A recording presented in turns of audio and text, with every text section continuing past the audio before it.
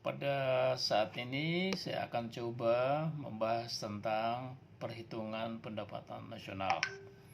Jadi pendapatan nasional, setelah kita memahami definisi serta apa yang dimaksud dengan pendapatan nasional, sekarang kita akan mencoba mengetahui bagaimana cara perhitungan pendapatan nasional. Salah satu indikator telah terjadi alokasi yang efisien secara makro adalah nilai output nasional yang dihasilkan sebuah perekonomian pada suatu periode tertentu. Sebab besarnya output nasional dapat menunjukkan beberapa hal penting dalam sebuah perekonomian. Yang pertama, besarnya output nasional merupakan gambaran awal tentang seberapa efisien sumber daya yang ada dalam perekonomian, yang meliputi tenaga kerja, barang modal, uang, dan kemampuan kewirausahaan. Digunakan untuk memproduksi barang dan jasa. Secara umum, makin besar pendapatan nasional suatu negara, semakin baik efisiensi alokasi sumber daya ekonominya. Yang kedua, besarnya output nasional merupakan gambaran awal tentang produktivitas dan tingkat kemakmuran suatu negara. Alat ukur yang disepakati tentang tingkat kemakmuran adalah output nasional per kapita. Nilai output per kapita diperoleh dengan cara membagi besarnya output nasional dengan jumlah penduduk pada tahun yang bersangkutan. Jika angka output per kapita makin besar, tingkat kemakmuran dianggap makin tinggi. Sementara itu, alat ukur tentang produktivitas rata-rata adalah output per tenaga kerja. Makin besar angkanya, makin tinggi produktivitas tenaga kerja. Yang ketiga, besarnya output nasional merupakan gambaran awal tentang masalah-masalah struktur mendasar yang dihadapi suatu perekonomian. Jika sebagian besar dari output nasional dinikmati oleh sebagian kecil penduduk, maka perekonomian tersebut mempunyai masalah dengan distribusi pendapatannya. Jika sebagian besar output nasional berasal dari sektor pertanian, maka perekonomian tersebut berhadapan dengan ketimpangan masalah struktur produksi. Dalam arti, perekonomian harus segera memodernisasi diri dengan memperkuat industrinya, agar ada keseimbangan kontribusi antara sektor pertanian yang dianggap sebagai sektor ekonomi tradisional dengan sektor industri yang dianggap sebagai sektor ekonomi modern. Itulah sebabnya perhitungan output nasional yang lebih dikenal dengan sebagai pendapatan nasional merupakan pokok pembahasan awal dalam teori ekonomi makro. Tanpa memiliki pemahaman yang benar tentang konsep pendapatan nasional, kita tidak akan mungkin melakukan yang namanya diskusi atau pembahasan tentang model-model ekonomi makro, apalagi tentang analisis kebijakannya. Istilah yang paling sering dipakai untuk pendapatan nasional adalah produk domestik bruto atau PDB atau gross domestic product GDP. Istilah tersebut merujuk pada pengertian nilai barang dan jasa akhir berdasarkan harga yang diproduksi oleh sebuah perekonomian dalam suatu periode kurun waktu dengan menggunakan faktor-faktor produksi yang berada atau berlokasi dalam perekonomian tersebut. The total market value of final goods and services produced within a given period. Factor of production located within a country. That is from Case and Fair 1976. Tercakup dalam definisi di atas adalah pertama, produk dan jasa akhir. Dalam pengertian barang dan jasa yang dihitung dalam PDB adalah barang dan jasa yang digunakan pemakai akhir untuk konsumsi. Yang kedua, harga pasar yang menunjukkan nilai output nasional tersebut dihitung berdasarkan tingkat harga yang berlaku pada periode yang bersangkutan. Yang ketiga, faktor-faktor produksi yang berlokasi di negara yang bersangkutan. Dalam arti, perhitungan PDB tidak mempertimbangkan asal faktor produksi atau milik perekonomian atau milik asing yang digunakan dalam menghasilkan output. Mungkin yang menjadi pertanyaan di sini adalah bagaimana cara menghitungnya dan masalah-masalah apa yang timbul dari cara perhitungan tersebut. Mengingat konteks kegiatan yang dianalisis dalam teori ekonomi makro lebih luas dan kompleks dibanding dalam teori ekonomi mikro, maka ada dua langkah yang harus dilakukan sebelum mampu menghitung PDB. Yang pertama yaitu pemahaman tentang siklus aliran pendapatan dan pengeluaran dalam konteks makro. Langkah kedua adalah bagaimana lewat pasar-pasar apa saja para pelaku ekonomi berinteraksi. Nah, usaha-usaha untuk menghitung besarnya pendapatan nasional telah mulai dicoba oleh Boyce-Quillebert di Perancis dan Petty di Inggris pada abad ke-17. Nah, pandangan mereka tentang pendapatan nasional berkisar pada nilai uang dari barang yang dihasilkan dan dikonsumsikan. Pada pertengahan abad 19, yaitu 1843, Tucker mencoba menaksir pendapatan nasional Amerika Serikat berdasarkan data dari berbagai kegiatan ekonomi pada sensus tahun 1840. Nah, perhatian pemerintah masih saja kecil dan baru saja akibat dari krisis besar ekonomi tahun 1930-an. Perhatian terhadap perhitungan pendapatan nasional dan kesempatan kerja mulai diintensifkan. Studi yang mendalam mengenai perhitungan pendapatan nasional mulai dilaksanakan di bawah pimpinan Simon Kuznets dan hasilnya dilaporkan pada 1934. Nah, sejak itu pendapatan nasional menjadi alat pengukur kegiatan ekonomi yang paling penting. Pertama kita akan lihat circle flow atau siklus aliran pendapatan dan interaksi antar pasar. Yang pertama yaitu siklus aliran pendapatan. Nah, dia merupakan sebuah model yang menggambarkan bagaimana interaksi antara pelaku ekonomi menghasilkan pendapatan yang digunakan sebagai pengeluaran dalam upaya memaksimalkan nilai kegiatan atau utility masing-masing pelaku ekonomi. Di sini ada melibatkan yang pertama itu perusahaan, kedua pemerintah, yang ketiga adalah rumah tangga. Nah, dalam siklus flow dari ekonomi activity atau aktivitas ekonomi, siklus flow ini dibagi dalam perekonomian menjadi 4 sektor. Yang pertama adalah sektor rumah tangga atau household yang terdiri atas kumpulan individu yang dianggap homogen dan identik.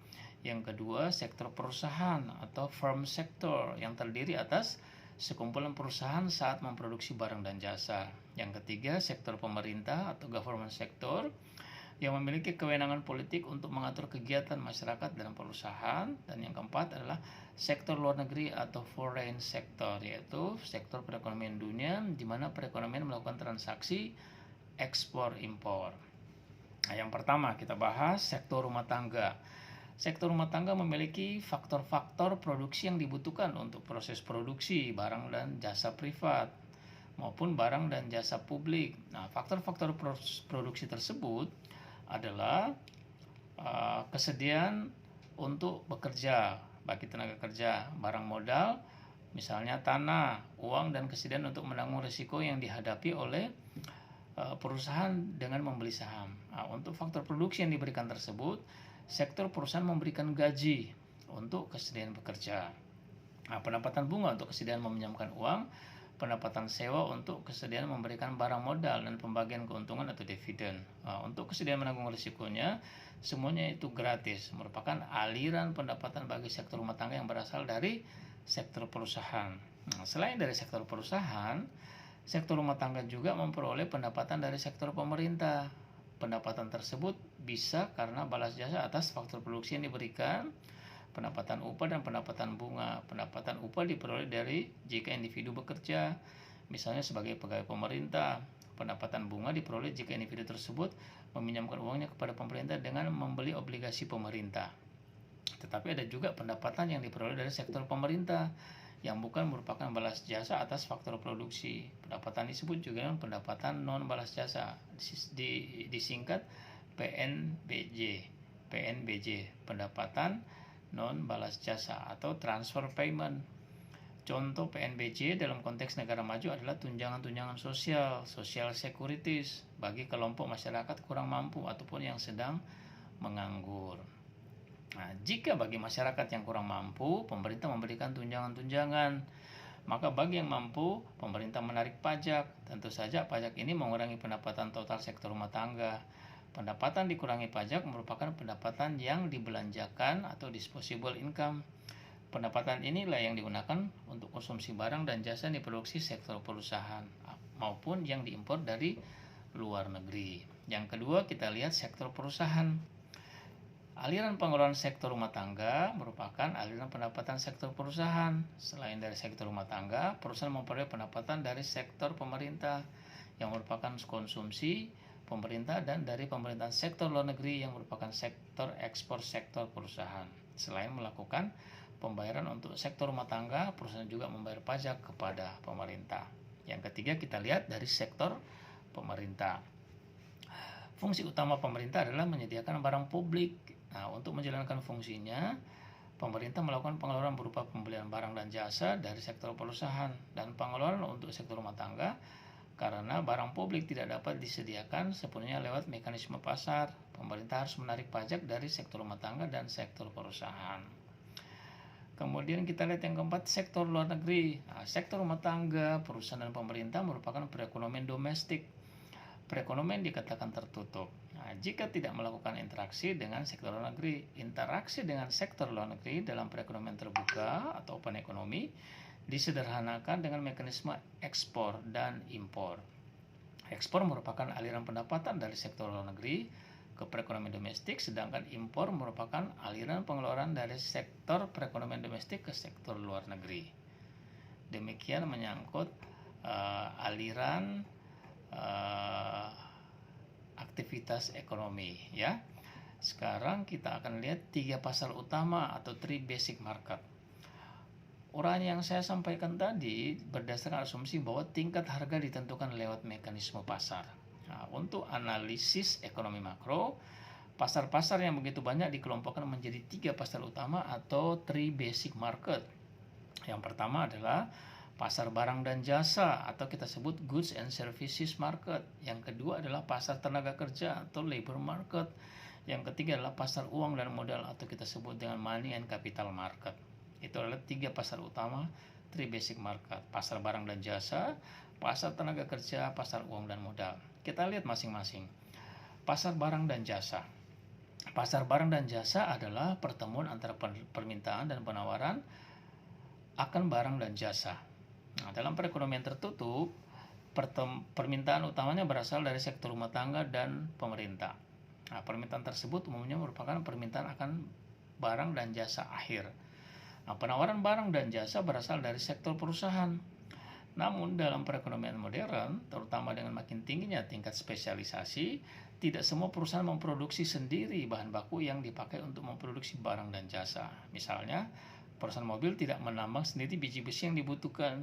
Demikian juga mereka tidak memproduksi sendiri mesin-mesin yang digunakan untuk mencetak rangka mobil. Adalah lebih efisien bagi perusahaan mobil bila membeli mesin dari perusahaan yang bergerak di bidang permesinan. Mesin yang dibeli pabrik mobil bukanlah barang jasa akhir, melainkan produk antara input, intermediate input untuk memproduksi mobil. Itu yang pertama, yaitu pasar barang dan jasa. Yang kedua, pasar tenaga kerja. Pasar tenaga kerja adalah interaksi antara permintaan dan penawaran tenaga kerja.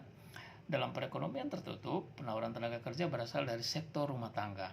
Nah, sedangkan permintaannya berasal dari sektor perusahaan dan sektor pemerintah. Dalam perekonomian terbuka, penawaran tenaga kerja dapat juga berasal dari luar negeri. Misalnya, penawaran tenaga kerja untuk buruh-buruh perkebunan sawit di Malaysia berasal dari Indonesia. Sebaliknya, permintaan tenaga kerja dapat juga berasal dari sektor luar negeri. Misalnya, pengiriman TKI, tenaga kerja Indonesia ke luar negeri. Kemudian misalnya Jepang, Korea, Malaysia dapat juga dilakukan karena ada permintaan dari negara-negara yang bersangkutan. Itu menyangkut pasar tenaga kerja. Dan yang ketiga adalah pasar uang dan modal. Pasar uang adalah interaksi antara permintaan uang dan penawaran uang. Yang diperjualbelikan dalam pasar uang bukanlah fisik uang, melainkan hak penggunaan uang. Permintaan uang berasal dari pihak-pihak yang bersedia menunda hak penggunaan uangnya entah dalam jangka pendek atau jangka panjang. Misalnya, seorang individu yang bersedia memberikan hak penggunaan uangnya kepada pihak lain selama 3 bulan. Yang mendapat menaruh uangnya dalam bentuk deposito berjangka 3 bulanan. Nah, sebagai balas jasa atas kesediaan menunda penggunaan uangnya, individu tersebut mendapatkan balas jasa berupa pendapatan bunga. Permintaan akan uang berasal dari pihak-pihak yang membutuhkan uang dengan berbagai alasan. Untuk memenuhi kebutuhan tersebut, dia harus bersedia membayar, misalnya membayar bunga. Itu yang disebut pasar. Jika hak penggunaan uang yang diperjualbelikan adalah setahun atau kurang, maka pasar tersebut masuk kategori pasar uang, money market. Jika hak penggunaan uang yang diperjualbelikan lebih dari setahun, pasar tersebut disebut pasar modal atau capital market. Agar alokasi sumber daya keuangan makin efisien, dibutuhkan lembaga-lembaga perantara keuangan, financial intermediary, yang berfungsi mempertemukan permintaan dan penawaran akan uang. Lembaga perantara tersebut dapat berupa bank atau perbankan maupun lembaga-lembaga keuangan bukan bank, non-banking institution. Demikian menyangkut pasar modal, pasar tenaga kerja, dan pasar uang. Sekarang kita akan lihat metode-metode perhitungan pendapatan nasional. Ada 3 cara perhitungan pendapatan nasional, yaitu cara input atau cara output atau output approach, kemudian cara pendapatan atau income approach, dan yang ketiga adalah cara pengeluaran atau expenditure approach. Masing-masing cara metode melihat pendapatan nasional dari sudut pandang yang berbeda, tetapi hasilnya saling melengkapi. Kita lihat yang pertama, yaitu output approach atau metode output atau metode produksi. Menurut metode output, PDB adalah total output atau produksi yang dihasilkan oleh suatu perekonomian. Cara perhitungan dalam praktik adalah dengan membagi-bagi perekonomian menjadi beberapa sektor produksi. Jumlah output masing-masing sektor merupakan jumlah output seluruh perekonomian.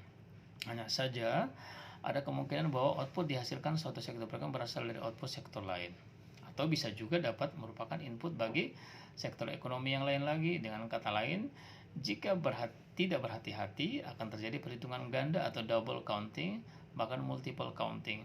Akibatnya, angka PDB bisa menggelembung beberapa kali lipat dari angka yang sebenarnya. Untuk menghindarkan hal di atas, maka dalam perhitungan PDB dengan metode produksi yang dijumlahkan adalah nilai tambah atau value added masing-masing sektor. Yang dimaksud nilai tambah adalah selisih antara nilai output dengan nilai input antara. Formulanya adalah N kali T sama dengan NO dikurangi NI, di mana NT adalah nilai tambah, NO adalah nilai output, NI adalah nilai input antara. Dari persamaan di atas sebenarnya dapat dikatakan bahwa proses produksi merupakan proses menciptakan atau meningkatkan nilai tambah. Aktivitas produksi yang baik adalah aktivitas yang menghasilkan NT lebih besar sama dengan 0, nilai tambah lebih besar sama dengan 0. Dengan demikian besarnya PDB adalah PDB sama dengan sigma N dikali T, atau PDB sama dengan sigma nilai tambah, ya.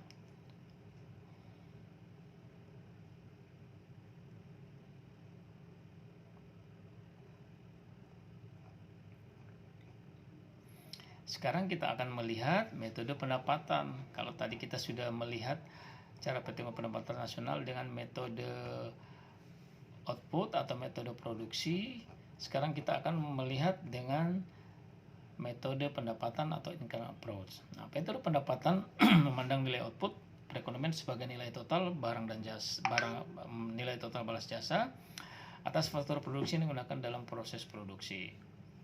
Nah, hubungan antara tingkat output dengan faktor-faktor produksi yang digunakan digambarkan dalam fungsi produksi sederhana lewat Q sama dengan fungsi dari L, K, U, E, di mana Q adalah output, L adalah tenaga kerja, K adalah barang modal, U adalah uang atau finansial, E adalah kemampuan entrepreneur atau kewirausahaan. Nah, persamaan di atas menunjukkan bahwa untuk memproduksi output dibutuhkan input berupa tenaga kerja, barang modal, dan uang yang banyak tidak akan menghasilkan apa-apa jika tidak ada kemampuan entrepreneur. Nah, kemampuan entrepreneur ini adalah kemampuan dan keberanian mengkombinasikan tenaga kerja, barang modal, dan uang untuk menghasilkan barang dan jasa yang dibutuhkan masyarakat. Nah, dalam kehidupan sehari-hari, mereka yang memiliki kemampuan entrepreneur ini dikenal sebagai pengusaha atau pedagang. Nah, balas jasa untuk tenaga kerja adalah upah atau gaji. Untuk barang modal adalah pendapatan sewa. Untuk pemilik uang atau aset finansial adalah pendapatan bunga. Nah, sedangkan untuk pengusaha adalah keuntungan. Total balas jasa atas seluruh faktor produksi disebut dengan pendapatan nasional. Jadi formulanya PN sama dengan W kecil tambah I besar tambah R kecil tambah new. Artinya di sini pendapatan nasional merupakan penjumlahan dari upah atau gaji ditambah dengan pendapatan bunga ditambah dengan pendapatan sewa ditambah dengan keuntungan. Ditambah dengan keuntungan. Nah, di Indonesia perhitungan pendapatan nasional seperti yang dimasukkan dalam teori ini jarang dipublikasikan karena itu contoh yang diambil adalah data pendapatan nasional perekonomian dari United States atau Amerika Serikat. Cara perhitungan pendapatan nasional yang ketiga adalah metode pengeluaran atau expenditure approach. Menurut metode pengeluaran, nilai PDB merupakan total pengeluaran dalam perekonomian selama periode tertentu. Nah, menurut metode ini ada beberapa jenis pengeluaran agregat dalam suatu perekonomian. Yang pertama adalah konsumsi rumah tangga atau household consumption. Yang kedua adalah konsumsi pemerintah atau government consumption. Yang ketiga adalah pengeluaran investasi atau investment expenditure. Yang keempat adalah ekspor neto. Kita lihat yang pertama, konsumsi rumah tangga. Pengeluaran sektor rumah tangga dipakai untuk konsumsi akhir, baik barang dan jasa yang habis pakai dalam tempo setahun atau kurang, maupun barang yang dapat dipakai lebih dari setahun. Yang kedua, konsumsi pemerintah. Yang masuk dalam perhitungan konsumsi pemerintah adalah pengeluaran-pengeluaran pemerintah yang digunakan untuk membeli barang dan jasa akhir. Nah, sedangkan pengeluaran-pengeluaran untuk tunjangan-tunjangan sosial tidak masuk dalam perhitungan konsumsi pemerintah. Itulah sebabnya dalam data statistik PDB, pengeluaran konsumsi pemerintah nilainya lebih kecil daripada pengeluaran yang tertera dalam anggaran pemerintah, sisi pengeluaran anggaran negara. Yang ketiga, pembentukan modal tetap domestik bruto. Nah, pembentukan modal tetap domestik bruto merupakan pengeluaran sektor dunia usaha. Ya, pengeluaran ini dilakukan untuk memelihara dan memperbaiki kemampuan menciptakan meningkatkan nilai tambah, termasuk dalam PMTDB adalah perubahan stok baik berupa barang jadi maupun barang setengah jadi. Untuk mengetahui berapa potensi produksi akan lebih akurat bila yang dihitung adalah investasi neto atau net investment, yaitu investasi bruto dikurangi penyusutan. Nah, perhitungan PMTDB ini menunjukkan bahwa pendekatan pengeluaran lebih mempertimbangkan barang-barang modal yang baru. Nah, barang-barang modal tersebut merupakan output baru, karena itu harus dimasukkan dalam perhitungan PDB. Yang keempat, ekspor neto atau net export. Yang dimaksud dengan ekspor bersih atau net export adalah selisih antara nilai ekspor dengan impor. Ekspor neto yang positif menunjukkan bahwa ekspor lebih besar daripada impor. Begitu juga sebaliknya. Perhitungan ekspor neto dilakukan apabila perekonomian melakukan transaksi dengan perekonomian lain atau dunia. Nilai PDB berdasarkan metode pengeluaran adalah nilai total 5 jenis pengeluaran tersebut, yaitu PDB sama dengan C ditambah G ditambah I ditambah X kurang M. PDB sama dengan penjumlahan dari konsumsi rumah tangga ditambah konsumsi pemerintah ditambah investasi PMTDB dan ditambah dengan hasil dari penjumlahan ekspor dikurangi impor. Demikianlah perhitungan pendapatan nasional yang dapat saya sampaikan pada saat ini. Semoga bisa menambah pemahaman dan wawasan kita tentang bagaimana pendapatan nasional itu memberikan kontribusi dan bagaimana cara untuk mengetahui pendapatan nasional yang sudah kita capai sampai dengan saat ini. Sekian dan